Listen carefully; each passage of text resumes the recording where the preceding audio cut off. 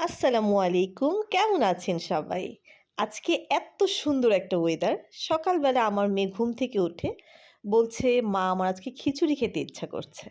তো খিচুড়ি রান্না করব। এর মধ্যে আমার ছোট মেয়ে ঘুম থেকে উঠে হাজির।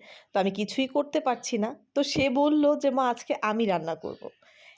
মানে এত সুন্দর করে আজকে আমার মেয়ে খিচুড়ি রান্না করেছে, এত সুন্দর করে মেখে বসিয়েছে।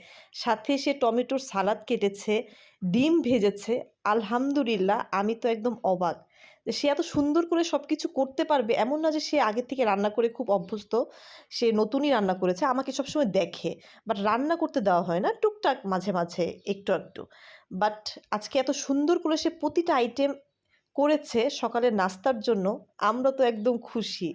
আর টমেটোর সালাদটা দেখে আমি আরো বেশি খুশি যে এত সুন্দর, সুন্দর কুচি, কুচি করে সে সালাদটা কেটেছে।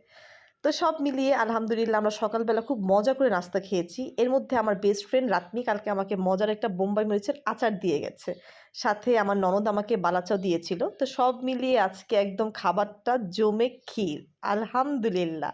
খুব সুন্দর করে খেয়েছি, মজা করে খেয়েছি। সকালে এত মজার একটা নাস্তা খেয়ে শুরু করলে দিনটা তো অবশ্যই ভালোই যাবে। তারপর আবার নিজের মেয়ের হাতের রান্না। খুবই মজা হয়েছে। তো আজকে আমাকেও এত মজা করে রান্না করে খাইয়েছে। তারপর বালাচাও ভর্তাটা আমি বানিয়ে দিয়েছি।